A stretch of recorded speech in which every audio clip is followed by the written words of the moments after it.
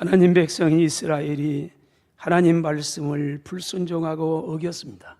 하나님께서 여러 차례 선지자를 보내서 경고하고 또 경고했습니다. 그러나 그들이 듣지 않았습니다. 귀는 있지만은 들을 귀는 없었습니다. 그래서 준엄한 하나님의 심판을 받게 됩니다. 세 차례에 걸쳐서 바벨론의 포로로 끌려가게 된 겁니다. 그러나 하나님은 여전히 자기 백성들을 사랑하셨습니다. 왜냐하면 그들은 아무리 말씀을 불순종하고 지 맘대로 가더라도요, 그들은 여전히 하나님의 사랑하는 백성이었기 때문에 그렇습니다. 그래서 하나님께서 저들을 그대로 포기하고 버려두지 않았습니다. 하나님은 그들을 세 차례에 걸쳐서 은혜를 베푸심으로 해방을 시켜 예루살렘에 돌아오게 했습니다. 첫 번째가 BC 536년도에 바벨론의 인도하에 1차로 예루살렘에 돌아옵니다. 하나님의 계획은 기기묘묘합니다. 우리 인간의 상상을 초월합니다. 자기 백성들을 돌아오게 하기 위해서 역사의 판도를 바꿔버립니다. 바벨론 제국을 무너뜨려버리고 페르시아 제국을 세웁니다. 이 모든 역사는 하나님의 손에 있습니다. 그 이유는 자기 백성들을 페르시아에서 돌아오게 하려고요, 해방시키려고요. 그래서 인류의 역사를 바뀌어요. 바벨론을 무너뜨리고 페르시아 제국을 세우고 그 페르시아의 초대 왕이었던 고레스에게 큰 은혜를 베풀어서 돌아가게 만듭니다. 두 번째로는 BC 458년에 에스라의 인도하에 2차로 예루살렘에 자기 백성들을 주님께서 불러 모았습니다.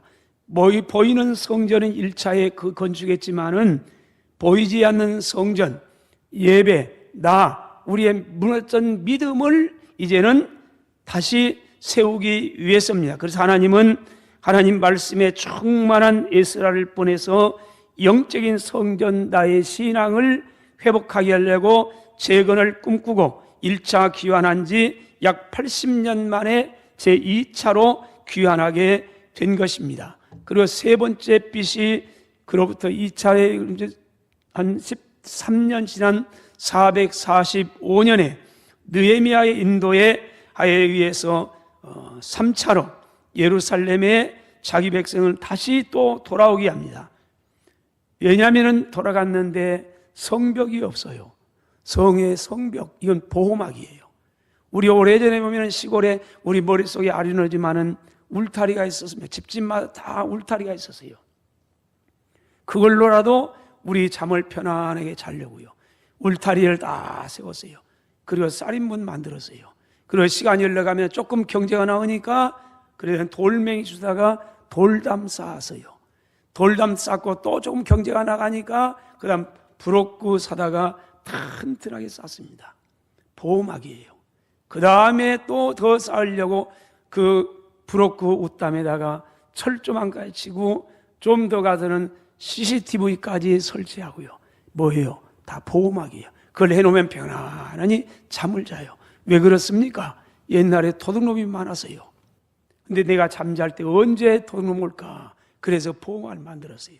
성벽은 이스라엘 백성들의 보호막입니다.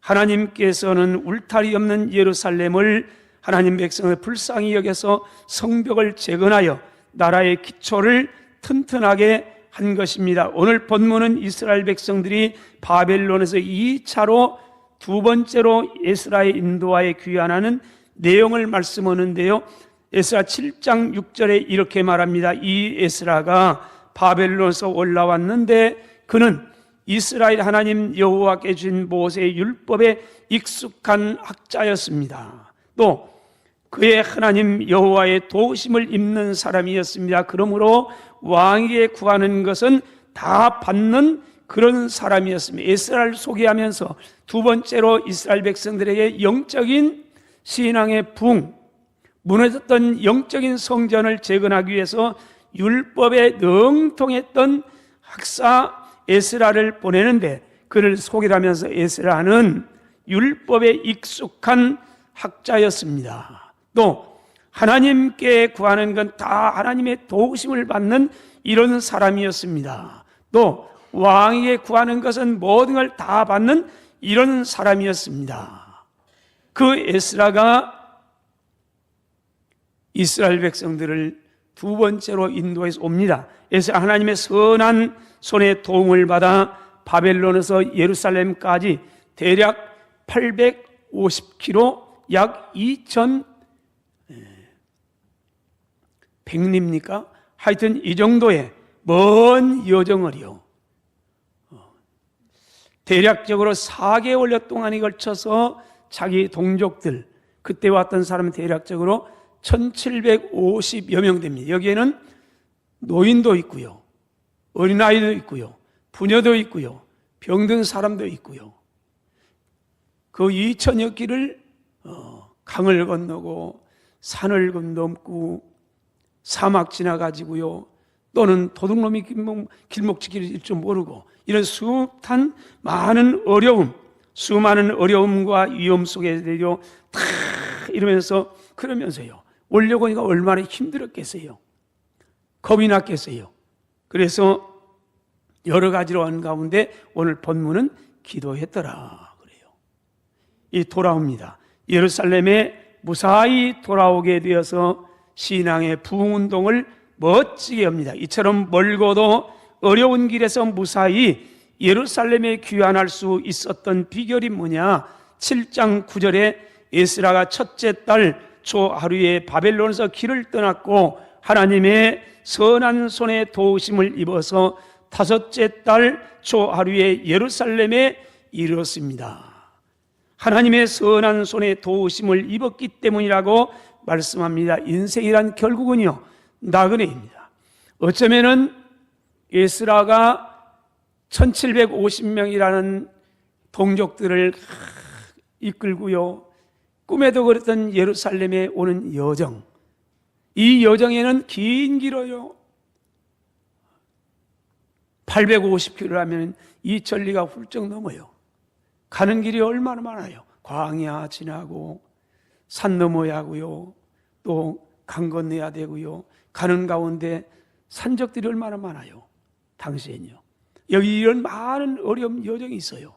그런데 하나님의 선한 도우심을 입어서 4개월 만에 예루살렘에 무사히 돌아와서 멋진 신앙 개혁운동을 하게 됐다는 말입니다. 인생이란 결국 내 힘으로만 살아가는 것이 아니라 하나님의 선한 손에 도우심을 받고 살아가면 오늘도요, 우리의 길이 내일 어떤 길, 어떤 강을 건너야 할지, 어떤 골짜기를 지나가야 할지, 사망을 만날지, 어떤 도둑놈이 우리를 기다리고 있는지 우리는 알 길이 없지만은, 그러나 하나님의 선한 손에 도우심을 받고 살아가면 나그네 인생길이 행복하고 안전하다는 것을 알 수 있습니다. 그러면 하나님의 선한 손, 어떤 손일까요? 먼저 하나님의 선한 손은 능력의 손입니다. 오늘 22절, 이는 우리가 전에 왕에게 아뢰기를 우리 하나님의 손은, 그러면서 하나님의 손에 대한 얘기를 해요. 여러분, 하나님의 손이 있답니다. 성경에는 종종 그런 표현을 씁니다. 손이 있어요. 하나님은 영입니다. 무슨 손이 있겠어요? 무슨 발이 있고 무슨 눈이 있겠어요? 근데 손이 있대요. 근데 여기 하나님의 손, 이 손이라는 단어는 좀 어려운 단어로 히브리어로 야드라는 단어예요.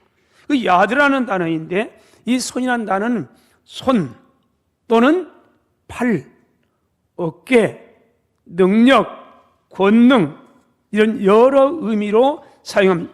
출애굽기 17장 11절 12절에 보면요, 이스라엘이 출애굽을 해서 나오는데 첫 번째 전투를 벌입니다. 아말렉과의 전쟁입니다.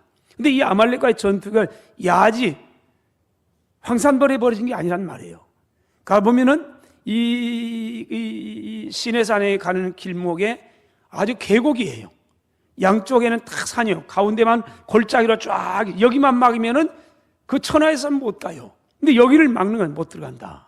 가나안 땅 못 간다. 아말렉이요. 방법이 없어요. 여기를 넘어야 해요. 그런데 이스라엘은 전쟁을 해본 적이 없어요.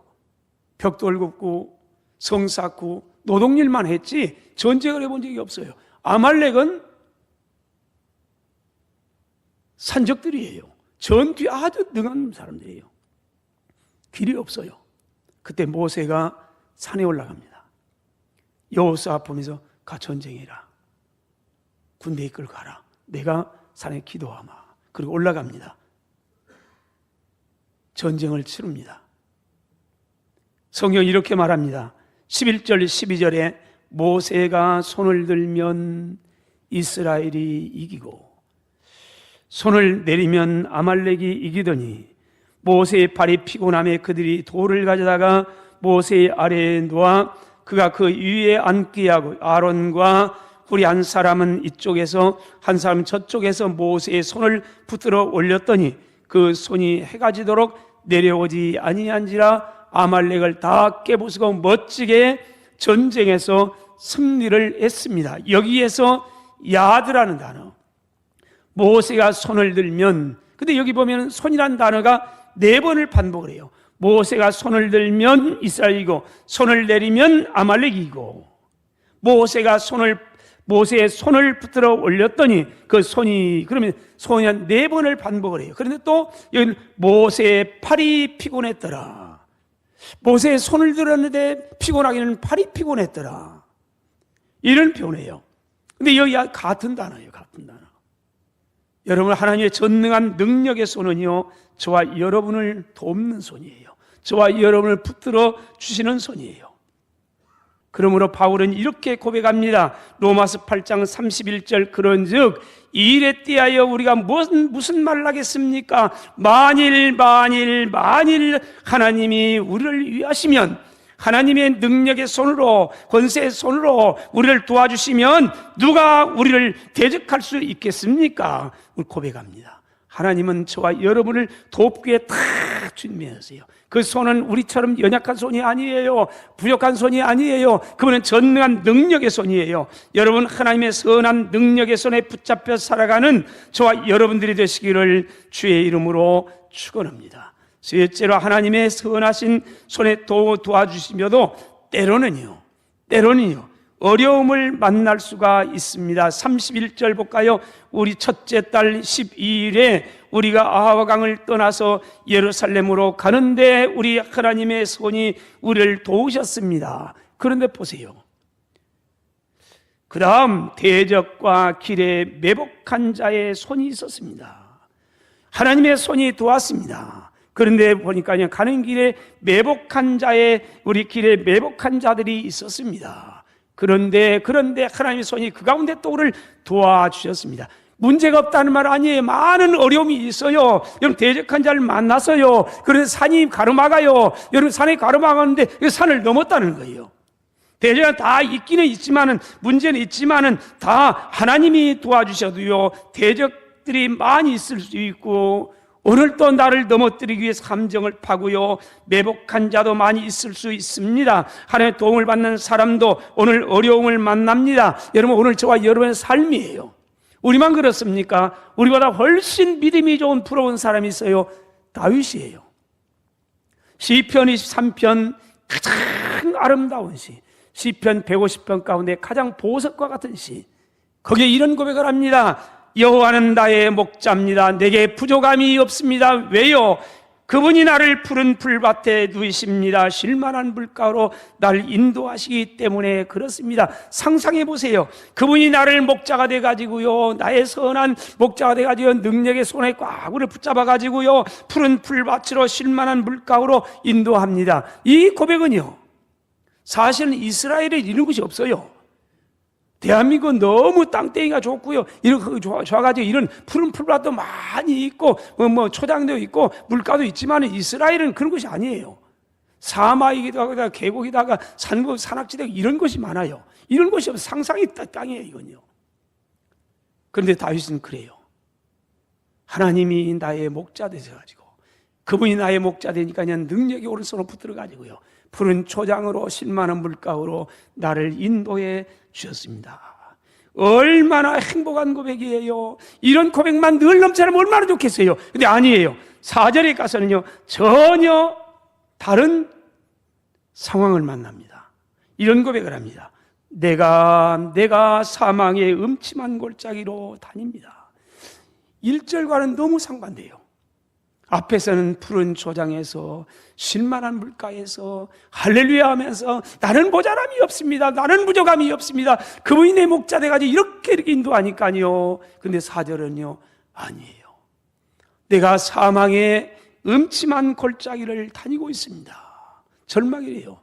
하나님이 나의 목자이신데도요, 전능한 오른손으로 나를 붙들어 인도한데도요, 그런데도 여전히 사망의 음침한 골짜기로 다닐 수가 있다는 겁니다.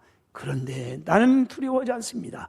왜 그러냐면 그런 중에서도 주님께서 그 능력의 손으로 나를 붙들어 주시면서 주의 지팡이와 막대가 나를 안위하시기 때문에 그렇습니다. 어려움이 있습니다. 예수 잘 믿어 있습니다. 바울보다 더 예수 잘 믿는 사람 어디 있나요? 고린도후서 1장에 보면요, 하나님께서 바울을 아시아에 가서 복음 증거를 하는데 증인 때라 그랬습니다. 그래서 힘들지만은 바울이 아멘으로 갔습니다. 그러면요, 권능의 오른손을 딱 붙들어 멋지게 가는 걸 척척 열려야 되는데 그러지 않았습니다.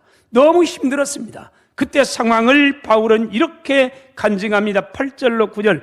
형제들아, 우리가 아시아에 당한 환난을 너희가 모르기를 원하지 않습니다. 우리가 아시아에 당한 환난을 여러분들이 알기를 원합니다. 그러면 말합니다. 힘에 겹도록 심한 고난을 당하였습니다. 그래서 살 소망까지 다 끊어졌습니다. 우리는 우리 자신 스스로 사형 선고를 받은 줄로 알았습니다. 아니, 어떻게 이런 상황이 일어나요? 아니면 본인이 다윗이 이 사울이 나 갈게요 그래 간 것도 아니, 하나님께서 보냈어요. 성령 받아가지고 내 증인 되라 그래 갔어요. 그러면 하나님이 좀 앞에 척척 열려주면서 능력의 오른손을 붙들어주면서 뭔가 그래야 할 거 아니겠습니까? 그런데 아시아에 당한 것은요, 살 소망이 끊어지고 절망적이었답니다. 사형 선고를 받은 줄 알았답니다. 너무 절망이었습니다. 왜 이래야 할까요? 바울은 깨달았습니다. 그리고 고백합니다. 9절. 자신을 의지하지 말고 오직 죽은 자를 다시 살리시는 하나님만 의지하게 하심이니라. 여러분, 예수님을 잘 믿고요, 하나님의 도우심을 받으며 살아가는 사람도 이 땅에 사는 동안은 어려움이 있을 수 있습니다. 많은 환난을 당할 수도 있습니다. 왜냐하면 이 세상은 결코 천국이 아닙니다. 우리는 구원받다 이 땅에서 천년 만년 영원히 그렇게 사는 게 아니에요. 우리는 나그네예요. 그렇다면 하나님의 선하신 손길의 도움을 받으려면 어떻게 해야 합니까? 첫째는 하나님께 도와주시기를 요청하세요. 오늘 21절은 그때 그럽니다. 그때가 언제예요? 에스라 선지자가 하나님의 은혜를 받고요, 이스라엘 민족들 이끌고 예루살렘으로 돌아오려고 한 그때 어디가 있었습니까? 내가 아화 강가에서 금식을 선포하고, 아화 강가예요. 여기는 유대인들이 많이 포로 끌려 살았던 곳이에요. 오늘 우리 좀 이걸 비약적인 비유일지 모르겠습니다만, 미국으로 말하면 LA 카운티 있잖아요. 한인들 모여 사는 곳, 이런 곳. 이 아화 강가예요. 여기에 출발하기 전에 뭘 했느냐? 21절에 금식을 선포하고 우리 하나님 앞에서 스스로 겸비하여 우리와 우리 어린 아이와 모든 소유를 위하여 평탄한 길을 하나님께 간구하였습니다. 하나님께 금식하면서 겸손하게 기도했습니다. 22절, 왜 기도했느냐? 이는 우리가 전에 왕에게 이렇게 말했습니다. 우리 하나님의 손은 자기를 찾는 모든 사람들에게 선을 베풀어 주시는 하나님이 이르고 이렇게 큰 소리를 쳤기 때문에 그렇습니다. 그리고 33절, 그렇게 기도했더니 그러므로 우리가 이를 위하여 금식하며 우리 하나님께 기도했더니 하나님께서 우리의 기도에 응답하셨습니다. 여러분, 에스라는 능력의 손으로 도와주신 하나님을 향하여 금식하면서 겸손하게 기도했습니다. 하나님께서 그 금식하며 부르짖는 간절한 기도를 들으시고 도와주셨습니다. 이스라엘 백성들을 무사히 예루살렘을 인도할 수가 있었습니다. 사명을 감당할 수가 있었습니다. 하나님은 오늘도 하나님 온전히 믿고 의지하면서 기도하는 사람을 도와주신 줄로 믿습니다. 우리의 연약한 손입니다. 하나님, 내 연약한 손 아무것도 못합니다. 힘이 없어요. 지혜도 없어요. 능력도 없어요. 그러나 할 일이 많아요. 우리 손 좀 잡아주세요. 이 손 좀 잡아주세요. 그러면서 우리의 손을 높이 들고요. 그러면 전능한 손이 우리의 손을 꽉 잡아준답니다. 그런 연약한 손을 도와달라고 요청할 때요, 에스겔서 36장 37절 주 하나님께서 이같이 말씀했습니다. 그래도 이스라엘 족속이 이같이 자기들에게 이루어주기를 내게 기도해야 할지니. 앞에서 약속해서 그리고 다 이루어준답니다. 그래도 이스라엘 족속이 이같이 자기들에게 이루어주기를 내게 기도해야 할지니라. 하나님이 다 이룬다고 약속했어요. 근데 불구하고 그 이루는 방법은 우리의 기도를 통해서 이루어주신답니다. 여러분, 사랑하신 여러분, 하나님의 도움이 필요합니까? 하나님의 도움을 요청하세요. 겸손하게 나는 못합니다. 내 손은 약합니다. 내 손에 아무런 힘이 없습니다. 내 어깨도 힘이 없어요. 주님 돕지 않으면 내 인생에 못 살아가요. 그 겸손하게 기도하세요. 그러면 손을 뻗치세요. 우리에게는 기도의 손이 필요한 겁니다. 디모데전서 2장 8절에 그러므로 각처에서 남자들이 분노와 다툼이 없이 거룩한 손을 들어 기도하기를 원하노라. 거룩한 손을 들랍니다. 기도의 손을 높이 들랍니다. 시편 28편 2절에서는요, 내가 주의 지성소를 향하여 나의 손을 들고 주께 부르짖을 때 나의 간구하는 소리를 들으시옵소서. 시인은 지성소를 향해서 연약한 손을 높이 들면서요, 하나님을 향해 부르세요. 내 손을 좀 잡아주세요.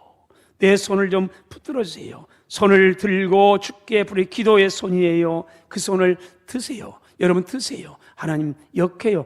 약해요. 맞아요. 그걸로 끝나면 안 돼요. 전능한 능력의 하나님을 향해서 내 손 좀 잡아주세요. 그 손은 전능한 손이란 말이에요. 전지한 손이에요. 그분이 붙잡아 주시면 베드로가 멋진 사람 될 수 있었어요. 인생이 뒤집어져요. 베드로나 우리나 다 같은 사람이에요. 갈릴리 바다 초놈이었어요. 근데 주님의 능력의 손을 딱 붙잡으니까요, 세상을 바꿔버려.